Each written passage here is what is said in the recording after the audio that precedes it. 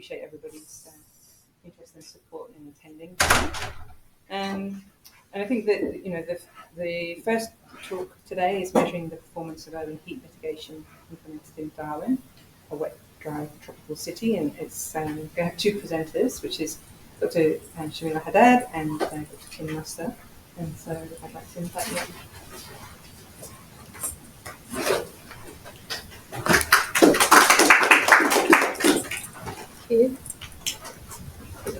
Yep.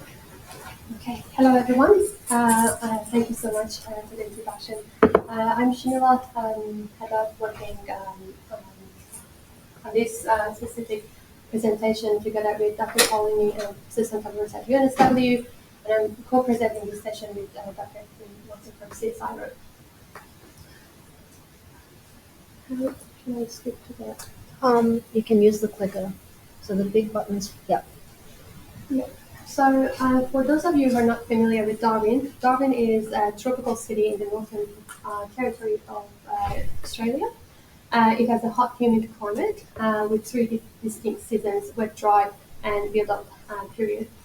It is projected that Darwin is going to expect a significant increase in the average number of days, above 35 degrees, with projected increase to 43 by 2030 and up to around 300 days, above 35 degrees by 2090. Darwin local government area is covering a land of about 100 square kilometer.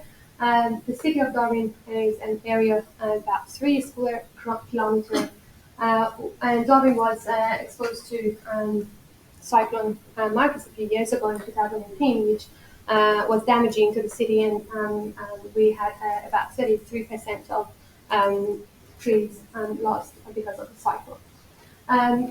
In this presentation, we're focusing on the work that had been done towards cooling Darwin, aiming to test and measure the performance of heat mitigation technologies and the implementation, basically, that was done in the city of Darwin.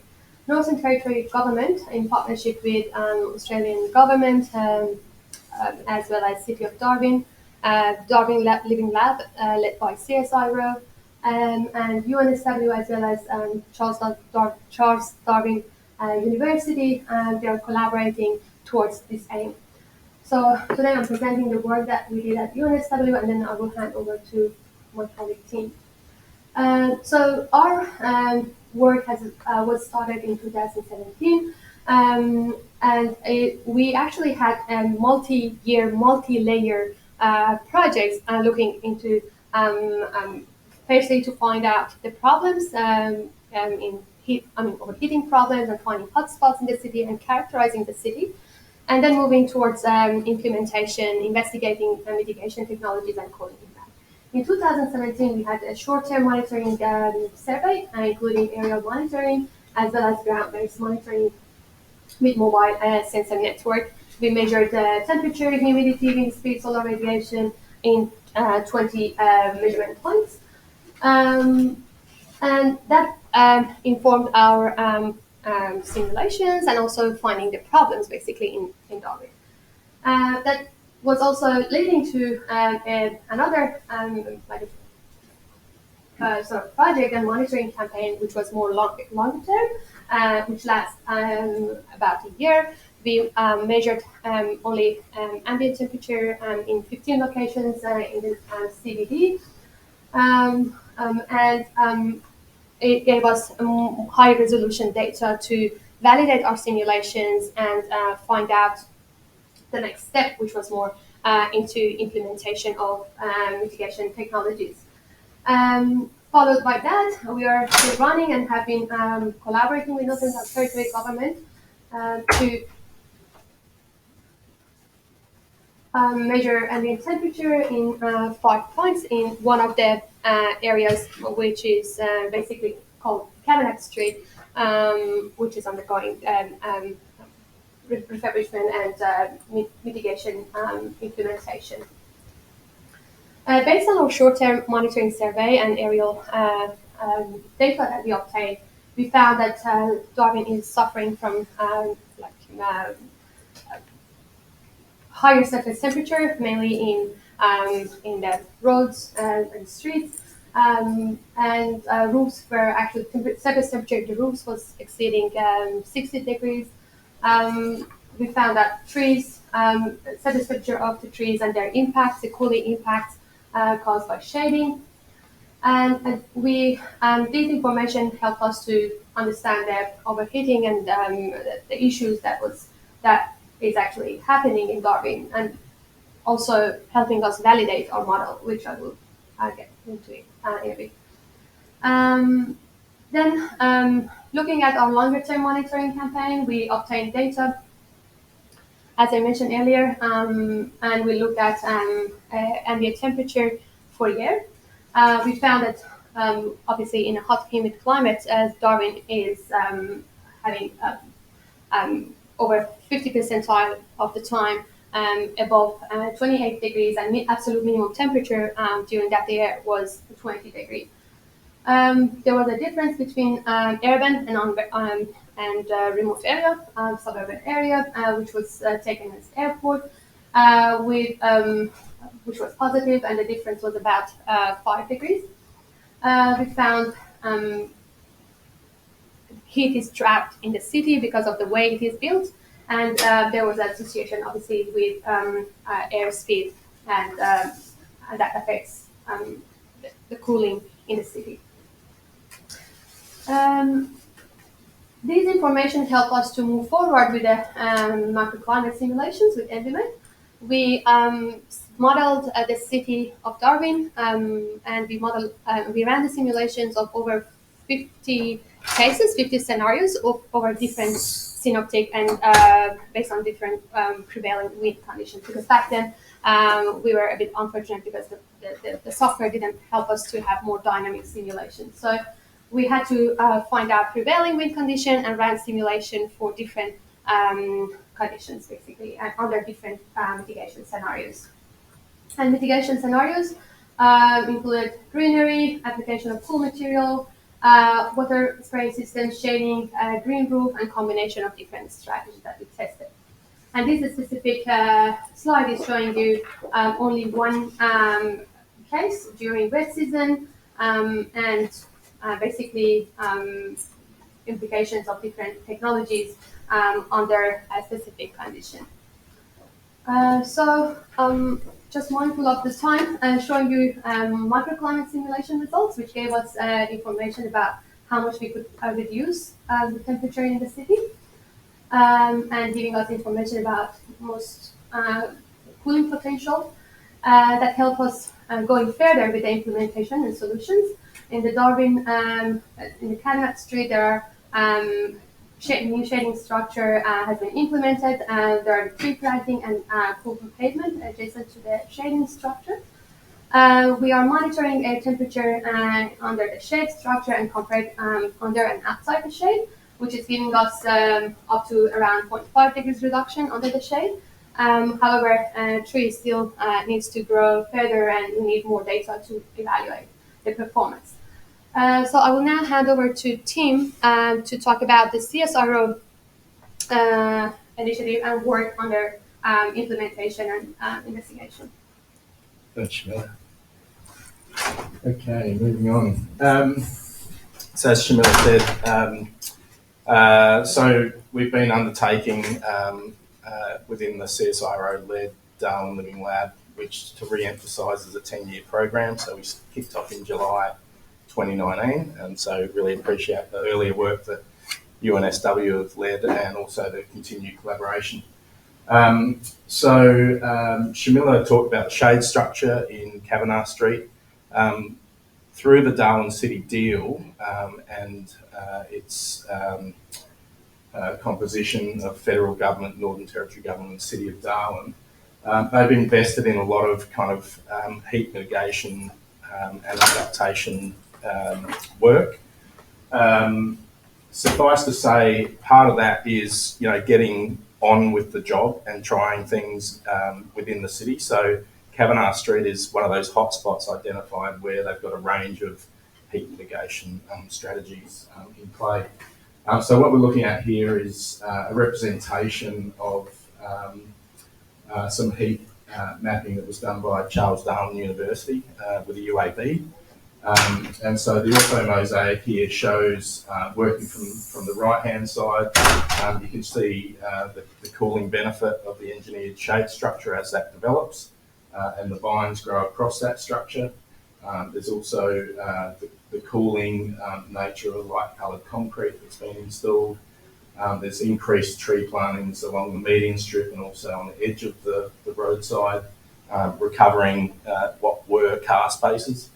And then there's also a heat reflective coating on the intersection on the left-hand side there at the corner of Nucky and Kavanagh Street. In addition to that, other works going on within the Darwin City deal. So State Square is within the CBD area of the city. So there's a range of heat mitigation projects within this space. On the right-hand side, you can see a kind of stage one, which was an undergrounding of a car park, a multi-storey car park. And then you've got the kind of the greening and beautification on top.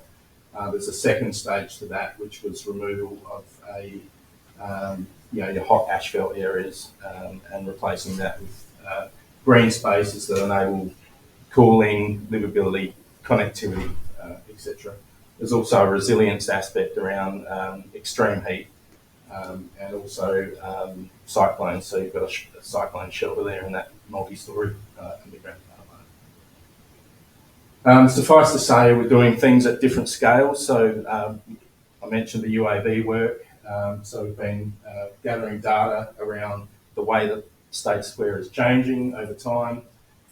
We've been able to go back and do some comparisons of the earlier images and data collection that UNSW have collected. We're figuring out what the protocols are to correlate between the different instrumentation conditions of measurement, etc. We've been focusing on digital aerial photography and classifications around that using CSIRO's Urban Monitor technology.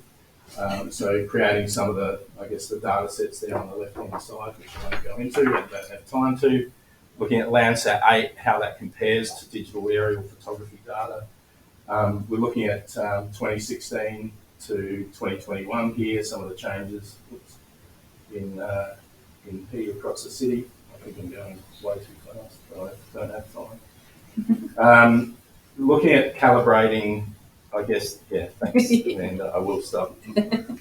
Calibrating those, lower resolution technologies with higher resolution and sort of modelling down so they can get to scale.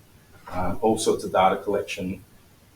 The lab's continuing till 2029. We're creating new data sets. We'd love to have more collaborators from you, explore your ideas, and we're learning about the different challenges of working with multiple agencies and multiple researchers over time, different instrumentation, etc. That's part of, working towards understanding all those. I'll leave that there. Thank you for your time, and sorry if we went over. We did our best.